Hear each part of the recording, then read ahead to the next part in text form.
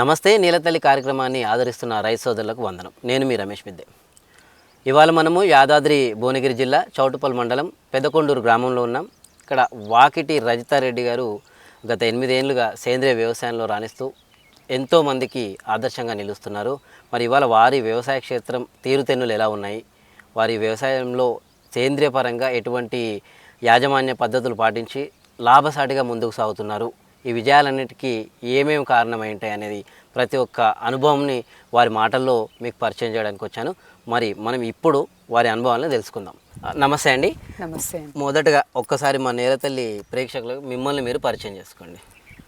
నమస్తే అండి. నేలతల్లి కార్యక్రమానికి నా పేరు రజిత, యాదాద్రి జిల్లా చౌటుప్పల్ మండలం పెద్దకొండూరు గ్రామం.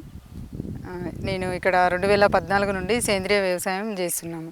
అయితే 2014 నుంచి మీరు వ్యవసాయం మొదలుపెట్టారా?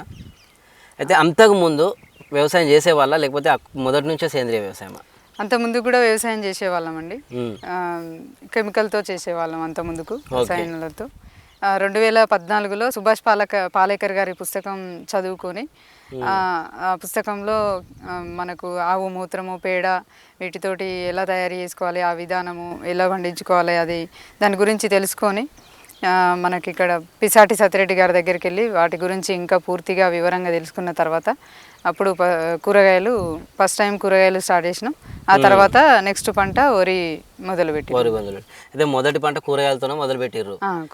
అంతకుముందు ఎన్నేళ్ల వరకు ఈ భూమిలోనే రసాయన వ్యవసాయం చేశారు? ఎన్నేళ్ల వరకు? 99 నుంచి చేస్తున్నాము.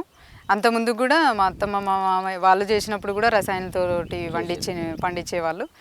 మేము చేయడం మాత్రం 2099 సంవత్సరం నుంచి 2000 ఆ సంవత్సరం నుంచి మేము 14 వరకు కెమికల్ తోటే చేసినాం. అంటే ఇప్పుడు సేంద్రియ వ్యవసాయంలోకి మారాలి, ఇదైతే బెటరు అని ఎందుకు అనిపించింది? ఎట్లా, దానికి కారణం ఏమైంది? అంటే మనకు ఇట్లా కూరగాయలు వేస్తున్నప్పుడు ఒక్కోసారి ఎంత స్ప్రే చేసినా కూడా కూరగాయలకు పురుగు అనేది అంటే ప్రాబ్లం చేసేది. మనకు వచ్చిన డబ్బు మొత్తం పురుగు మందులకు వీటి ఖర్చుకే సరిపోయేది. ఒక్కోసారి రేట్ లేకపోతే చేతి నుంచి కూడా పెట్టి చేయాల్సిన పరిస్థితి వస్తుండేది. అయితే మనకు పాలేకర్ గారి పుస్తకంలో మనకు ఇవి ఒక ఆవు ఉంటే 30 ఎకరాలు చేసుకోవచ్చు అనేది అని అంటే, ఆవు మూత్రం పేడతోటి మనము తయారు చేసుకుంటే దానికి ఈ పురుగు రాకుండా ఉంటుందని చెప్పేసి తెలుసుకొని, ఇన్ని ఖర్చు పెట్టినా మనకు మందులు ఇంత ఇబ్బంది పడే బదులు ఇది ఏ విధంగా ఉంటుందో చూడాలని అనిపించి తప్పకుండా ఏవైనా సరే చేయాలనే ఆలోచనతోటి కూరగాయలు స్టార్ట్ చేసినాం. ఫస్ట్ పంట అన్నీ బాగా వచ్చాయి, కూరగాయలు అన్నీ మంచిగా వచ్చినాయి. అంటే ఇప్పుడు మనము ఈ పాలేకర్ విధానంలో చేయాలంటే మనకు దేశీయ ఆవులు కంపల్సరీ. అంటే అప్పటిదాకా మీతో ఉండేనా ఎట్లా, మళ్ళీ దాన్ని ఏమైనా కొన్నారా? లేదు, మాకు దేశీయ ఆవు లేదండి అప్పటికి. నాకు ఒక పంట వరకు పక్కన వేరే రైతు దగ్గర ఆవు ఉంటే అతని దగ్గర ఆవు మూత్రము, పేడ తీసుకొచ్చి ఒక పంట వచ్చిన తర్వాతనే అప్పుడు పిసాటి సత్యరెడ్డి దగ్గరికి వెళ్ళి తన దగ్గరికి వెళ్ళి అక్కడ గోశాల ఉంటే గోశాల నుంచి ఒక ఆవు ఇవ్వడం జరిగింది నాకు. అక్కడ నుంచి తెచ్చుకున్న తర్వాత ఆవుని నేను వాటితోటే చేసుకుంటున్నాము అప్పటి నుంచి. ఇంకా మొదట ఇప్పుడు కూరగాయల నుంచి స్టార్ట్ పెట్టారు అన్నారు కదా, ఎంత స్థలం నుంచి స్టార్ట్ పెట్టారు? ఎందుకంటే అప్పటి వరకు మా కెమికల్ వ్యవసాయం కాబట్టి ఎట్లా ప్రిపేర్ చేసుకొని, భూమిని ఎట్లా ప్రిపేర్ చేసుకొని ఎట్లా మొదలు పెట్టారు? అంటే మొదలు పెట్టడం అంటే మనకు ఇక్కడ మాకు ఎరువు ఉంటుంది కాబట్టి ఎరువు జల్లేసుకొని జీవామృతం తయారు చేసుకొని నీటి కాలువల ద్వారా పంపించడం. ఫస్ట్ టైం కాబట్టి ఒక అరెకరము కాకర, ఒక అరెకరంలో వంకాయ, బీరకాయ, టమాటా ఇట్లా అన్నీ ప్రతి ఒక్కటి ఒక ఎకరం భూమిలో ఇవి 4-5 రకాలను మొత్తం పెట్టడం జరిగింది. ఎకరం భూమిలో ఇవన్నీ రకాలు కాకర, బీర, టమాటా, పచ్చిమిర్చి, వంకాయ, సొరకాయలు. అంటే అంత ముందు కూడా మేము ఆ రకాలే ఎక్కువగా వండించే అలవాటు, అట్లనే వాటినే పెట్టడం జరిగింది. వాటినే కంటిన్యూ చేసారు కానీ సేంద్రియ విధానంతో చేసినాం. అంటే ఇప్పుడు మీరు అన్నారు కదా, ఇంతకుముందు కూడా అవే పండించే వాళ్ళము, సేంద్రియంలో కూడా అవే పండిస్తున్నాము. దానికి దీనికి దిగుబడి ఏమైనా చేంజెస్ చూసిరా?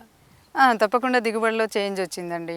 అంటే దిగుబడి సమానంగా దిగుబడి వచ్చింది. కాకపోతే మనకి అక్కడ ఏంటంటే మనకు మార్కెట్కి వచ్చేసరికి అప్పుడు 2014 అంటే ఆ టైంలో అంత ఈ ఆర్గానిక్ ఇట్లా తెలియదు కాబట్టి మళ్ళీ మామూలు మార్కెట్కి తీసుకెళ్తే అదే రేటు రావడము అట్లా అదే వచ్చింది. రఘుపతి గారు అతను మాకు ఇక్కడ హోటల్ విలేజ్ ఆహారం హోటల్ ఉన్నదండి, మీరు అక్కడికి ఒకసారి వెళ్ళి అడగండి అని చెప్తే మేము అక్కడికి వెళ్ళి విలేజ్ ఆహారం హోటల్ దగ్గరికి వెళ్ళి అడగడం జరిగింది. వాళ్ళు పంపించండి తీసుకుంటామని చెప్పారు. అప్పుడు ఫస్ట్ టైం మా దగ్గర టమాటా వంకాయ ఆ 2 రకాలే ఉన్నాయి. వాళ్ళతో మాట్లాడినప్పుడు వాళ్ళకి ఏవి అవసరం ఉంటాయి, ఏవేమి కావాలి అనే దాన్ని తెలుసుకొని అప్పటి నుంచి ఆ హోటల్కి సంబంధించినవి టమాటా వంకాయ పచ్చిమిర్చి బీరకాయ సొరకాయలు హోటల్కి పంపించడం జరుగుతుంది అప్పటి నుంచి. అప్పుడు మాకు ఇక్కడ వాటర్ కొరత చాలా ఎక్కువ ఉంది. ఒక అరెకరము నుంచి ఎకరం వరకు కూరగాయలు, ఒక అరెకరం వరకు వరి వండించే వాళ్ళము. 2018 వరకు అదే సమస్య, వాటర్ సమస్య ఉంది. ఆ తర్వాత వర్షాలు పడడం, వాటర్ రావడం, పొలం చుట్టూ ఇక్కడ కందకాలు తీసుకోవడము, మా పొలంలోనే నీటి కుంటలు తీసుకోవడము, దీనివల్ల నీటి శాతం పెంచుకోవడం జరిగింది. ఇప్పుడు మనం మొత్తము అప్పుడు ఎకరంతోనే స్టార్ట్ అయింది కదా మీ ఈ సేంద్రియ వ్యవసాయం, అంటే ఇప్పుడు ఎన్ని ఎకరాలలో చేస్తారు మొత్తం? ఎకరం అప్పుడు వాటర్ లేవు కాబట్టి ఒకసారి ఒక ఎకరం ఇలా 4 ఎకరాల వరకు చేసుకుంటూ వచ్చినాము. ఆ తర్వాత వాటర్ వచ్చిన తర్వాత 8 ఎకరాలలో ఒకసారి వరి పెట్టడం, ఒకసారి వరి పెట్టిన దాంట్లో కూరగాయలు పెట్టుకుంటూ, ఎందుకంటే మనకి ఇక్కడ కలుపు సమస్య ఎక్కువ ఉంటుంది.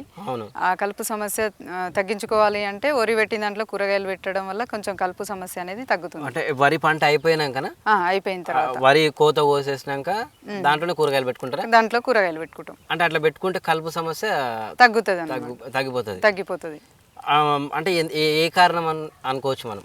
అంటే సాధారణంగా నేను ఎప్పుడు వినలేదు. అంటే ఇప్పుడు వరి పెట్టిన దాంట్లో కలుపు అనేది అంత ఎక్కువ రాదు కదండి, ఎప్పుడు నీటి తడులు ఉంటుంది. ఇంకోటి వరి పొలం కోసిన తర్వాత మనకు అక్కడ కొయ్యలు వాటివి గడ్డి అనేది ఉంటది కదా, మనం ఏం తలగబెట్టకుండా అలాగే దున్నుతున్నాం కాబట్టి అదేంటంటే మళ్ళీ అంత తొందరగా కలుపు రానియకుండా చేస్తారు. కోసిన పిలకల్లాగా ఉన్నదాన్ని దానిని కలియ దున్నేసుకుంటాం. అట్లా అందుకని కలుపు శాతం తక్కువ ఉంటుంది, చాలా తక్కువ ఉంటుంది దానివల్ల. అంటే ఇప్పుడు మొత్తము ఈ 8 ఎకరాల్లో ఒక సైడ్ వరి అన్నారు, వరి ఇప్పుడు కోత అయిపోయిందండి.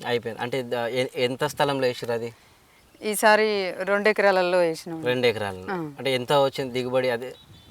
దిగుబడి అంటే ఇప్పుడు వడ్లు వచ్చినాయి, మనం బియ్యంగా మారిస్తే గానీ మనకు అంచనా ప్రకారం అంటే 16-17 క్వింటాల వరకు వచ్చే అవకాశం. అంటే ఏ రకం వేసారు? మామూలు దేశవాళీ రకాలండి, మైసూరు మల్లిక కుజ్జి పటాలియా, ఈ 2 రకాలను దేశవాళీ రకాలను. ఈ రెండే మీరు అంటే మొదటి నుంచి వరి సేంద్రియంలోకి వచ్చినాక ఇవే వేస్తున్నారా? మొదటి నుంచి అంటే తెలంగాణ సోన పెట్టేవాళ్ళము, పోయిన సంవత్సరం నుంచి ఈ 2 రకాలు దేశవాళీ రకాలు తీసుకున్నాం. అంటే ఇప్పుడు ప్రస్తుతం మన దగ్గర పూర్తి స్థాయిగా ఎన్ని రకాల కూరగాయలు ఉన్నాయి? ఇప్పుడు మన దగ్గర కూరగాయలు అంటే కాకర, సొరకాయ, బీరకాయ, టమాటా, పచ్చిమిర్చి, వంకాయ, ఈ రకాలు ఉన్నాయి.